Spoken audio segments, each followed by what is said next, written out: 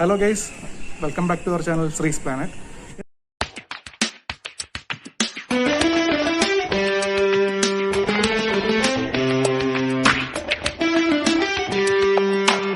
അപ്പോൾ നമ്മളെന്നുള്ളത് കഴിഞ്ഞ 18 വർഷമായിട്ട് ഫിലിം ഇൻഡസ്ട്രിയിൽ മേഖലയിൽ ഒരു സെക്യൂരിറ്റി വിങ് ഉണ്ട്, ഒരു ടീം, അവരുടെ കൂടെയാണ്.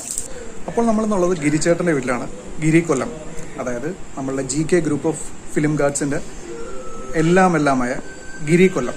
ഇതിയുടെ വിശേഷം കാര്യങ്ങളെല്ലാം നമുക്ക് തിരക്കറിയാം.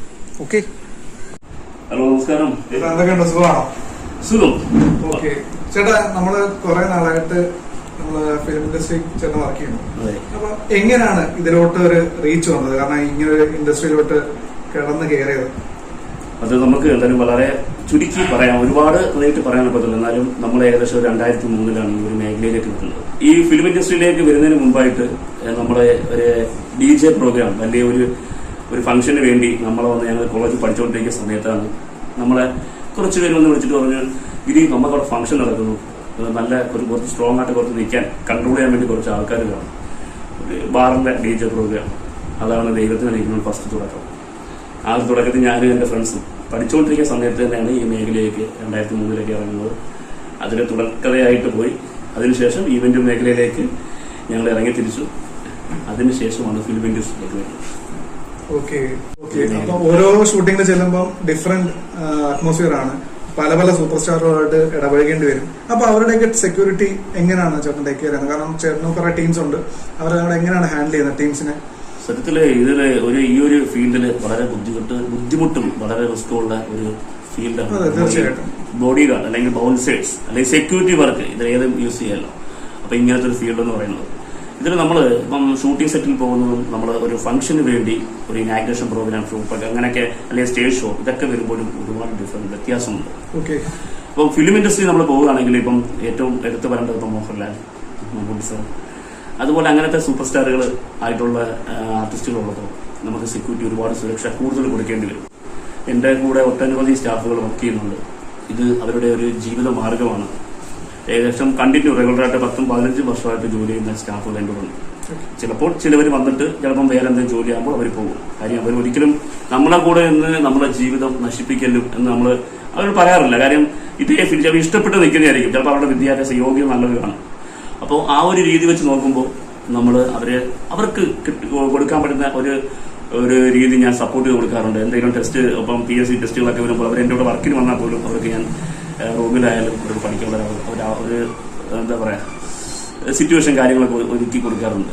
എൻ്റെ കൂടെ നിന്നിട്ട് ഒരുപാട് പേർക്ക് സർക്കാർ ജോലികൾ കിട്ടിയിട്ടുണ്ട്. അങ്ങനെയൊക്കെ കുറേ പേര് പോയി. അതുപോലെ വിദേശത്ത് ഗൾഫിലേക്ക് കുറേ ആൾക്കാർ പോയി. എങ്കിലും എന്നോട് ഇപ്പോഴും 10-15 വർഷമായിട്ട് കണ്ടിന്യൂ നിൽക്കുന്ന സ്റ്റാഫുകൾ ഇന്നും നിലവിലുണ്ട്. പിന്നെ ഇവരുടെ ഷൂട്ടിംഗ് ലൊക്കേഷനിലെ കാര്യം പറയുകയാണെങ്കിൽ ഞാൻ നേരത്തെ പറഞ്ഞല്ലോ, മമ്മൂട്ടി, മോഹൻലാൽ, രാഘേട്ടനും മമ്മൂക്കായിക്കൊക്കെ സെക്യൂരിറ്റി ഔട്ട്ഡോറൊക്കെ വരുമ്പോൾ നല്ല രീതിയിൽ സെക്യൂരിറ്റി നമ്മൾ കൊടുക്കാറുണ്ട്. അതിലുപരി മറ്റുള്ള എല്ലാ നടന്മാർക്കും നമ്മൾ കൊടുക്കാറുണ്ട്. പക്ഷെ മറ്റുള്ള നടന്മാരിൽ നിന്നും ആർട്ടിസ്റ്റുകളിൽ നിന്നും നമുക്ക് മറ്റേ സൂപ്പർ സ്റ്റാറുകളായിട്ടുള്ള ആർട്ടിസ്റ്റുകൾക്ക് സെക്യൂരിറ്റി കൂടുതൽ സുരക്ഷ നമ്മൾ കൊടുക്കുന്നതേ ഉള്ളൂ. അവിടെ നമുക്ക് എന്താ പറയുക, അത്രയ്ക്ക് കെയർ ചെയ്ത് നിന്നെങ്കിലേ പറ്റൂ. ഇപ്പം ആർട്ടിസ്റ്റുകൾക്ക് മാത്രമല്ല, നടിമാർക്കും നമ്മൾ വളരെയേറെ നല്ല സുരക്ഷയാണ് കൊടുത്തുകൊണ്ടിരിക്കുന്നത്. പലയിടത്തും പല സിറ്റുവേഷൻ ഹാൻഡിൽ ചെയ്യേണ്ടി വരും. അപ്പോൾ എന്തെങ്കിലും മറക്കാനാവാത്ത കുറെ ഓർമ്മകൾ കാണുമല്ലോ, എന്തെങ്കിലും അങ്ങനെയുള്ള ഓർമ്മകൾ നമുക്കായിട്ട് പങ്കുവെക്കാം? തീർച്ചയായും സാർ. നമ്മൾ അതിനകത്ത് നമുക്ക് ഉണ്ടാവുന്ന ഒരു അനുഭവം പറയാൻ നിന്ന് കഴിഞ്ഞാൽ ഇത്രയും വർഷത്തിൽ ഒരുപാട് അനുഭവങ്ങൾ ഉണ്ടായിട്ടുണ്ട്. നമ്മൾ ഈ ഷൂട്ടിംഗ് സമയത്ത് ഏറ്റവും കൂടുതലും നമുക്ക് ഈ റോഡ് സീനൊക്കെ ഷൂട്ട് ചെയ്യുമ്പോൾ അവിടെ ഒരുപാട് റിസ്ക് ഉണ്ടായിട്ടുണ്ട്. കാര്യം ഈ മെയിൻ റോഡൊക്കെ അല്ലെങ്കിൽ ഹൈവേ എവിടെയെങ്കിലുമൊക്കെ റോഡ് ബ്ലോക്ക് ചെയ്ത് നമ്മൾ ഷൂട്ട് ചെയ്യുന്നത്. അപ്പോൾ ഈ പല കാര്യങ്ങളുമായിട്ടും ആൾക്കാർ വരുമ്പോൾ നമ്മളെയൊക്കെ വെറും വളരെ മോശമായ രീതിയിലെ തെറികളൊക്കെയാണ് വിളിക്കുന്നത്. നമ്മുടെ അടുത്ത് വളരെ റേസായി സംസാരിക്കുന്നവരുണ്ട്. ഞങ്ങളെയൊക്കെ ചില വണ്ടിയിൽ നിന്ന് ഇറങ്ങി വന്നിട്ട് ഞങ്ങൾ അടിക്കാൻ വരെ വന്ന അനുഭവം ഉണ്ടായിട്ടുണ്ട്. സത്യം പറഞ്ഞാൽ ഇതൊക്കെ നമുക്ക് ഒരിക്കലും മറക്കാനൊക്കാത്ത ഒരു സംഭവമാണ്. പിന്നെ ചില സ്ഥലങ്ങളിൽ ഷൂട്ടിങ്ങിന് പോകുമ്പോൾ നാട്ടുകാർ ഞങ്ങളോട് കാണിക്കുന്ന സ്നേഹമുണ്ടല്ലോ. കാര്യം ഞങ്ങളിൽ ഒരാളായിട്ട് ഞങ്ങൾക്ക് വേണ്ട സപ്പോർട്ടും സഹായങ്ങളും സഹകരണങ്ങളൊക്കെ അവർ ചെയ്തു തരാറുണ്ട്. അത് ഒരുപാട് സ്ഥലങ്ങളിൽ നമ്മളത് എടുത്തു പറയേണ്ട ഒരു കാര്യമാണ്. നമ്മളെ ഗിരിച്ചേട്ടന്റെ കൂടെയുള്ള 2 സ്റ്റാഫ് കൂടെ വന്നിരിക്കുകയാണ്. നമുക്ക് അവരെ പേരൊക്കെ ഒന്ന് പരിചയപ്പെടാം. ഗിരിച്ചേട്ടൻ തന്നെ പരിചയപ്പെടുത്താവരെ, അവരിപ്പോ ഡ്യൂട്ടി കഴിഞ്ഞ് വന്നതാണ്. നമുക്ക് അവരെയും കൂടെ പരിചയപ്പെടാം. ഓക്കെ ഗിരിച്ചേട്ടാ, ഇവരാരൊക്കെയാണ്? ഇത് കൊല്ലമാണ്. വിപിനെ നിങ്ങൾക്ക് എല്ലാവർക്കും അറിയായിരിക്കും, കാരണം കുറെ ഷോർട്ട് ഫിലിമൊക്കെ നമുക്ക് അഭിനയിച്ചിട്ടുണ്ട് കാരണം റോള് മാത്രമല്ല ഒരുപാട് കോർഡിനേറ്റ് ഇപ്പൊ എൻ്റെ കൂടെ വന്നിട്ട് ഏകദേശം 4 വർഷത്തോളമായി ഇവിടെ വന്നിട്ട് ഇപ്പം ചെയ്തിട്ട്. അപ്പം ഇതിനിടയ്ക്ക് ഒരുപാട് നമ്മൾ കോർഡിനേഷൻ ഇപ്പം ഒരുപാട് പേര് അഭിനയം മുഖമായിട്ടൊക്കെ നടക്കണം എടുത്തു പറയണം. അതുപോലെ സുരേഷേട്ടൻ ഇപ്പം ഇവിടെ വന്നിട്ട് ഇപ്പൊ ഏകദേശം ഒരു 4-5 വർഷത്തോളമായിട്ടുണ്ട് എൻ്റെ കൂടെ വന്നിട്ട്. സുരേഷേട്ടൻ കൊല്ലമാണ് സുരേഷേട്ടൻ്റെ വീട്. ചേട്ടൻ പറഞ്ഞു ഇവന്റ് വർക്കിന്റെ കാര്യം പറഞ്ഞു, അതെന്താണത്? എനിക്ക് നമുക്ക് കുറച്ച് ഡീറ്റെയിൽസ് ആയിട്ട് പറയാൻ പറ്റും. ഈവന്റ് മേഖലയിൽ ഞാൻ പറഞ്ഞല്ലോ, ഈവന്റ് മേഖലയിൽ ഈ ഒരു വർഷം 18 വർഷക്കാലം ഞാനും ഈവന്റ് മേഖലയിൽ വർക്ക് ചെയ്തിട്ടുണ്ട്. അതിൽ ഞാൻ കൊല്ലം ബേസ് ചെയ്താണ് ആദ്യമായിട്ട് ഈവന്റ് മേഖലയിൽ എന്റെ സ്ഥലം കൊല്ലമാണല്ലോ. ഓൾറെഡി ഫിലിമിലല്ലേ എവിടെയാലും ജിപ്പി കൊല്ലം എന്ന് പറയുമ്പോഴേ ഓരോരുത്തർക്ക് അറിയാം. അപ്പോൾ ഈ ഒരു രീതിയിൽ എനിക്ക് പറഞ്ഞ സംഭവം ഞാൻ കൊല്ലം മേഖലയിൽ വർക്ക് ചെയ്തുകൊണ്ട് എനിക്ക് എടുത്ത് പറയേണ്ട ഒരു കാര്യമുണ്ട്. കാര്യം കൊല്ലത്ത് ഞാൻ ആദ്യമായിട്ട് ഈവന്റ് മേഖലയിൽ വർക്ക് ചെയ്യാൻ വരുമ്പോൾ നമ്മളെ നൗഫൽ എന്ന് പറയും, കൊല്ലം ജില്ലയിൽ AMN ഈവന്റ്സ് എന്നൊക്കെ പറയും, അദ്ദേഹത്തിന്റെ കൂടെയാണ് ഞാൻ വർക്ക് ചെയ്യുന്നത്. അത് എന്റെ ലൈഫിൽ ഒരുപാട് ഒരു വരിത്തിരിവുണ്ടാക്കിയതാണ്. അപ്പോൾ അതിനുശേഷം ഇപ്പം സത്യം പറഞ്ഞാൽ ഞാൻ ഈവന്റുകാരെ ഒരു ദൈവത്തിന് തുല്യമായിട്ട് കാണുകയാണ് ഈ ഒരു സാഹചര്യത്തിൽ. കാര്യം ഇപ്പോഴത്തെ പ്രതിസന്ധി എല്ലാവർക്കും അറിയാം, കൊറോണ, ലോക്ക്ഡൌൺ, ഈ 2 വർഷം സത്യം ഞങ്ങൾ കണ്ണുനീരില്ലായിരുന്നു. ഞാനെന്നല്ല, എൻ്റെ പിള്ളേരെല്ലാവരും, എൻ്റെ കൂടെ ഒട്ടനവധി പിള്ളേർ വർക്ക് ചെയ്യുന്നുണ്ട്. അപ്പോൾ ഇവരെല്ലാം ഭയങ്കര ബുദ്ധിമുട്ട്, ഇവരുടെ കുടുംബങ്ങളെല്ലാം പട്ടിണിയിലാണ്. നമ്മൾ ചിന്തിക്കേണ്ട ഒരു കാര്യം, ഇവർക്ക് എല്ലാം ഇവർ ഈ ഒരു ജോബ് ആശ്രയിച്ച് ജീവിക്കുന്നവരാണ്. കാര്യം ഫിലിമുള്ള കാലം വരെ ഞങ്ങൾക്ക് വർക്കുണ്ട്. അതിന് നമ്മൾ ഇപ്പം ഞാൻ ഈവന്റുകാരെ പറഞ്ഞ പോലെ ഒരുപാട് കൺട്രോളർമാർ, മാനേജർമാർ, അങ്ങനത്തെ കുറേ വ്യക്തികളുണ്ട്. ഇപ്പം ഈ അവരെയൊക്കെ നമ്മളെ സത്യം നമ്മൾ ഏറ്റവും കൂടുതൽ ദൈവത്തെ പോലെ കാണുന്ന വ്യക്തികളാണ് അവരെയൊക്കെ. എന്ന് വെച്ചാൽ അവര് നമ്മളെ വിളിക്കുന്നത് കൊണ്ടാണ് നമുക്ക് ഈ വർക്കുകൾ കിട്ടുന്നത്. അവരെയൊക്കെ നമ്മൾ സപ്പോർട്ട് ചെയ്യുന്നത്, അവര് ഞങ്ങളെയും സപ്പോർട്ട് ചെയ്യുന്നത് ഈ ഒറ്റ കാര്യമുണ്ട്. അപ്പോൾ നമ്മളെ ഗെയിമിലോട്ട് പോവുകയാണ്. ഇവരെന്തായാലും ഫിലിം ഇൻഡസ്ട്രിയോടാണ്. ചെറിയൊരു പണി കൊടുക്കാതെ നമ്മൾ അങ്ങനെ വിടുന്നത്, ചെറിയൊരു പണി നമുക്ക് കൊടുക്കാം. അപ്പൊ നമ്മൾ ഗെയിമിലോട്ട് പോയാലോ? അപ്പൊ ഇവർക്കുള്ള ടാസ്ക് ആണ് ഇത്. അപ്പോൾ നമ്മളെ ബിബിൻ അഭിനയിച്ച് കാണിക്കേണ്ടതാണ്. എന്താണ് എങ്ങനെയാണെന്ന് നമുക്ക് നോക്കാം. വാ. ഓക്കെ, ഇതിന് അഭിനയിച്ച് കാണിക്കേണ്ട രീതിയിലാണ് എനിക്ക്. അപ്പോ എങ്ങനെയാണെന്ന് വെച്ചാൽ നോക്കിക്കോ. ഞങ്ങൾക്ക് അറിയാം ഗിരിച്ചേട്ടൻ ഇതിന്റെ പേര് പറയാം.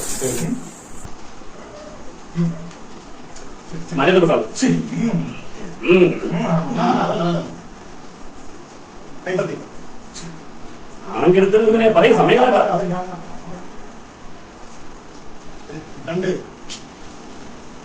ഇത് ചുറ്റിയത്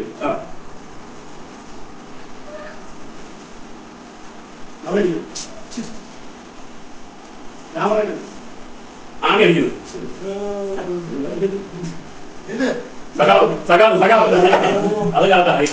അത് ഇല്ല ഫിലിമിന്റെ പേര് കാണിക്കരുത്. എന്താണ് ഉദ്ദേശിക്കുന്നത്? ഓക്കെ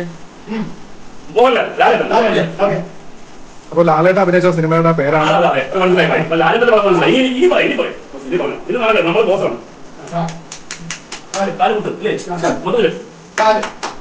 പൊതു കാര്യം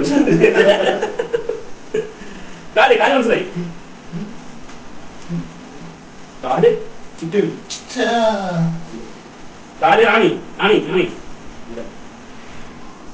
ഇതിനെ ഒന്നുകൂടെ ഒന്ന് ആലോചിച്ചോട്ടെ. ഇതിനെ കിട്ടും, നാണം കെടുത്തരുത്. ഇതിനെ കൊണ്ട് പറ്റും. നിന്റെ ശരീര സൗന്ദര്യവും ശരീരം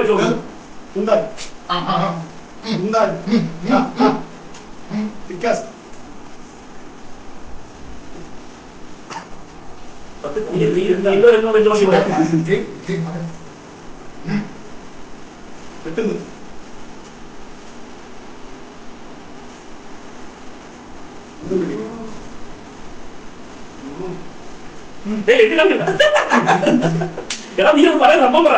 ലാലേട്ടൻ അഭിനയിച്ച പണം അത് മനസ്സിലായി. നാണം കെടുത്തരുത്. സത്യം ഈ പ്രസ്ഥാനത്തിന് കാല് കാല് കാല് ചെത്തുന്നു കെട്ടുന്നു കെട്ടി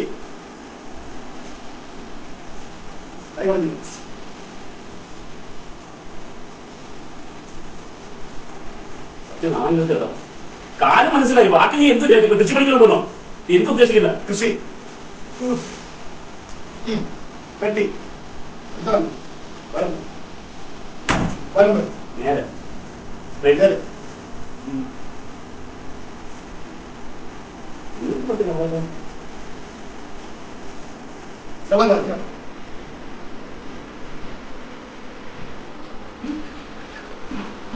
ഓക്കെ മനസ്സിലായി. വെള്ളം വെള്ളം വെള്ളം കുടിക്കുന്നു വാട്ടർ വാട്ടർ ഒമിറ്റ് ചെയ്യുന്നു. ജഗദീഷ് ജഗദീഷ് ജഗദീഷ് അതല്ലേ ഉദ്ദേശിച്ചത്.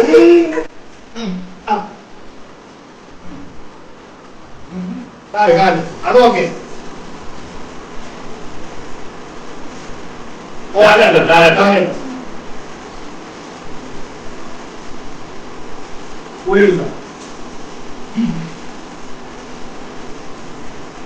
ആണി വെട്ടുന്നു വെട്ടുന്നു. ആപ്പ് ആപ്പ് ആപ്പ് കാല് ആപ്പ് കാല് ആപ്പ് കേട്ടുന്നു. ആണി കാലപ്പാടി കാലപ്പാടി കാലപ്പാടി അഭിമാനം കാത്തുനി. ഞാനാ പറഞ്ഞത് വലിയ വലിയ ഇത്രയും നല്ല ടാസ്ക് ആണ്.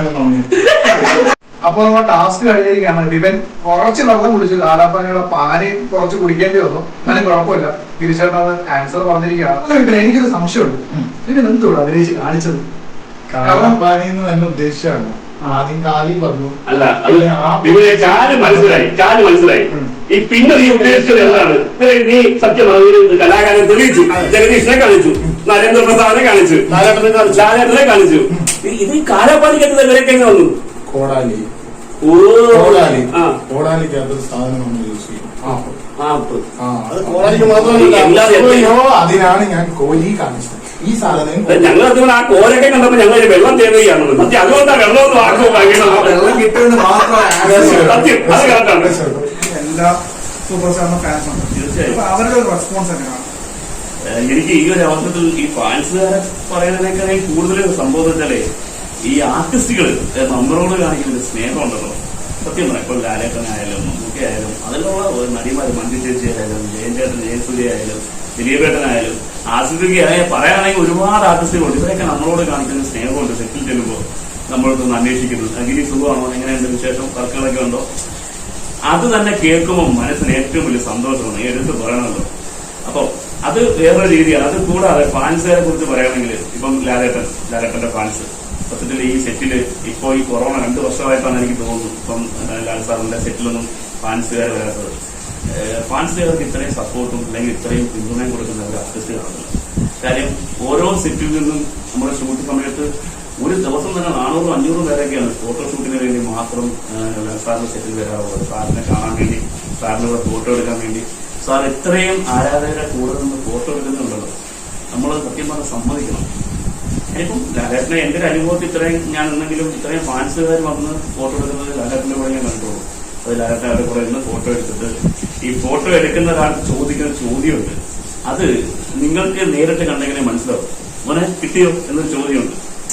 ആ ഒരു സന്തോഷം നോക്കട്ടെ, നീ കൊണ്ടുപോകാം. ഇത്രയും ജനങ്ങൾ നിൽക്കുക, എന്നിട്ടും സാറ് ചോദിക്കുന്ന ആ ഒരു ചോദ്യം നമ്മൾ ഒരുപാട് വട്ടം ഞാൻ സാറിനോട് നിൽക്കുമ്പോൾ ഞാൻ കേട്ടിട്ടുള്ള സംഭവമാണ്. അപ്പം അതുപോലെയാണ് മമ്മൂക്കാരുടെ മമ്മൂക്കയുടെ സെറ്റിലും ഒരുപാട് ആരാധകർ വരും. ഒരുപാട് ഫംഗ്ഷൻ നടത്തുമ്പോൾ മമ്മൂക്ക സാറിന്റെ പടം റിലീസ് ചെയ്യുമ്പോൾ അവരെയൊക്കെ എടുത്തു പറയേണ്ട കാര്യങ്ങളാണ്. ഫാൻസുകാർ, ദിലീപേട്ടന്റെ ഫാൻസ്, ഞാൻ നേരത്തെ പേരൊക്കെ പറഞ്ഞ പോലെ ഇവരുടെ എല്ലാവരുടെയും ഫാൻസുകാർക്ക് നമുക്ക് ഭയങ്കര പിന്തുണയാണ്. ഇവര് ഇപ്പൊ ഞാൻ ഏതെങ്കിലും ഒരു ആർട്ടിസ്റ്റിന്റെ പടം ചെയ്യുകയാണെങ്കിൽ അതിൽ ഫാൻസിലുള്ള ആൾക്കാർ വിളിച്ചിട്ട് ചേട്ടാ ഇപ്പം ദിലീപേട്ടന്റെ പടം പുതിയത് പറഞ്ഞ പോലെ തുടങ്ങുന്നുണ്ട്. ഇപ്പൊ ഇടയ്ക്ക് ചോദിക്കുന്ന ചോദ്യം പുതിയ പടം ഉണ്ടോ കേട്ടോ ദിലീപേട്ടന്റെ പടം എന്നാ തുടങ്ങുന്നത്, അടുത്ത ഏത് പടമാണ്.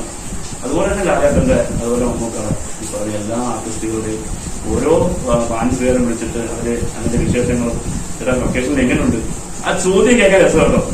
ഇത് ലുക്കാണോ കേട്ടോ, എങ്ങനെയുണ്ട്, ലുക്കൊക്കെ സൂപ്പറാണോ, ഡയലോഗ് എങ്ങനെയുണ്ട് കേട്ടോ, പാട്ട് എങ്ങനെയുണ്ട് കേട്ടോ, ഫൈറ്റ് എങ്ങനെയുണ്ട് കേട്ടോ, ഇതൊക്കെ ഓരോ ചോദ്യങ്ങളാണ് ഫാൻസുകാര്.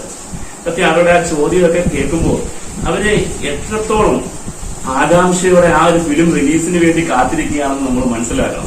അപ്പോ നമ്മളെ ഇന്നത്തെ വീഡിയോ എല്ലാവർക്കും ഇഷ്ടപ്പെട്ടെന്ന് വിചാരിക്കുന്നു. കാരണം ഗിരിചേട്ടന്റെ കുറെ എക്സ്പീരിയൻസ് നമ്മളോട്ട് പങ്കുവച്ചു. അപ്പൊ ഗിരിചേട്ടൻ എങ്ങനെ ഉണ്ടായിരുന്നു? അടിപൊളിയായിരുന്നു. സത്യം പറഞ്ഞാൽ ഈ ബോറടിച്ച് ഇത്രയും നാളെ ഈ ലോക്ക്ഡൌൺ ഒക്കെ അടിഞ്ഞിരുന്നല്ലോ. സത്യം നിങ്ങളെപ്പോലുള്ള ഈ ഒരു യൂട്യൂബ് ചാനല് ശ്രീസ് പ്ലാനറ്റ് വളരെ സത്യം പറഞ്ഞാൽ വളരെ സക്സസ് ആവട്ടെ. എല്ലാവരും സപ്പോർട്ട് ചെയ്യുക. അടിപൊളിയായിരുന്നു.